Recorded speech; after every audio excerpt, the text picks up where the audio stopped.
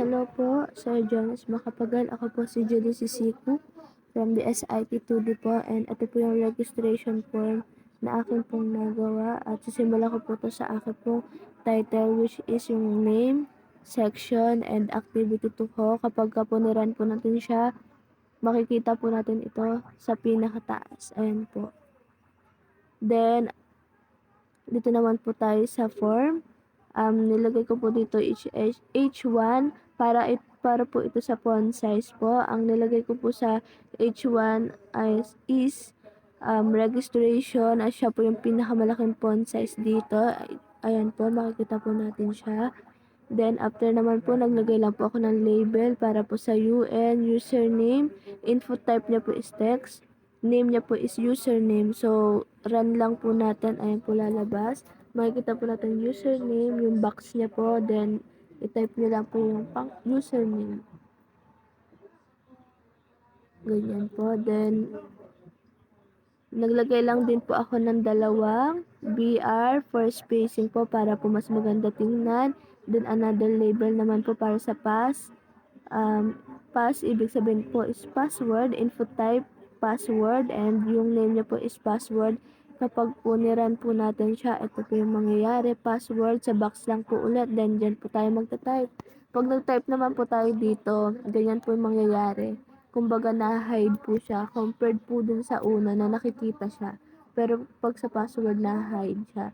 Dahil po kasi yun sa input type natin, kasi yung input type natin dito is password, kaya siya na-hide. Tapos yung sa kabila naman po, input type text, kaya po siya nakikita.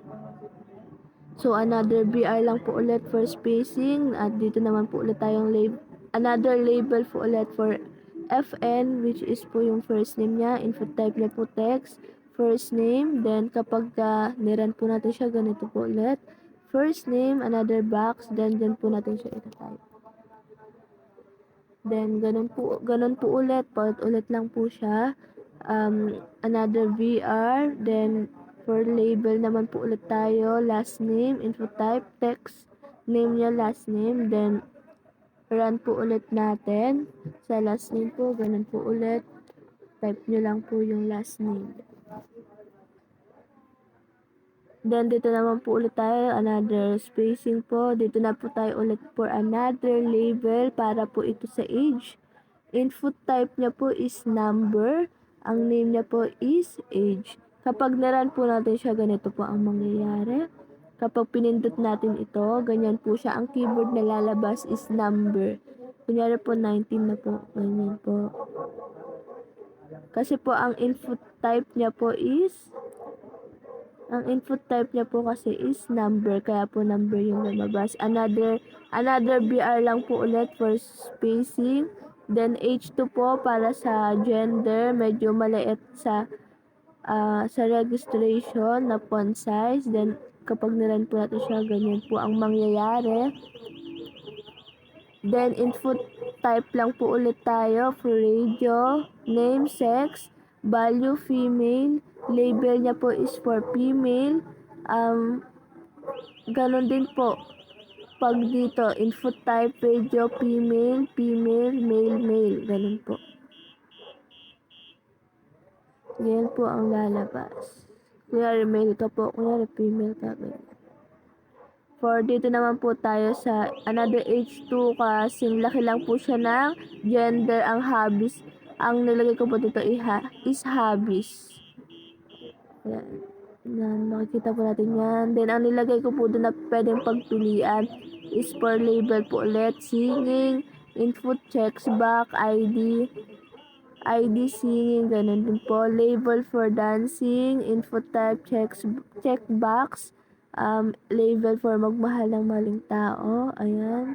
Input type, checks box. Ayan. Kapag niran po natin siya, ganito po ang mangyayari. Yan po, kunyari, ang hobbies mo po ay sumayaw, kumanta, or magmahal ng maling tao. Pwede rin. Ayun lang po. Tapos another BR for spacing po. Tapos ito po, input type. Ito na po yung pinakadulo niya is submit. Yan. Sa submit, kunyari po, naglagay po ako ng username, password, First name, last name, ilang taon na ako, 21. Female po ako, mahilig po ako magmahal ng maling tao. Then submit mo lang. Ganun po, ganun lang po siya. Then ito po parang paragraph kung ano po yung pwede niyong ilagay. Ganun. Pero ang nilagay ko po, hello, you can log into this registration that I made enjoy. Ayun lang po ang aking nagawa. Yun lang po sir. Thank you po.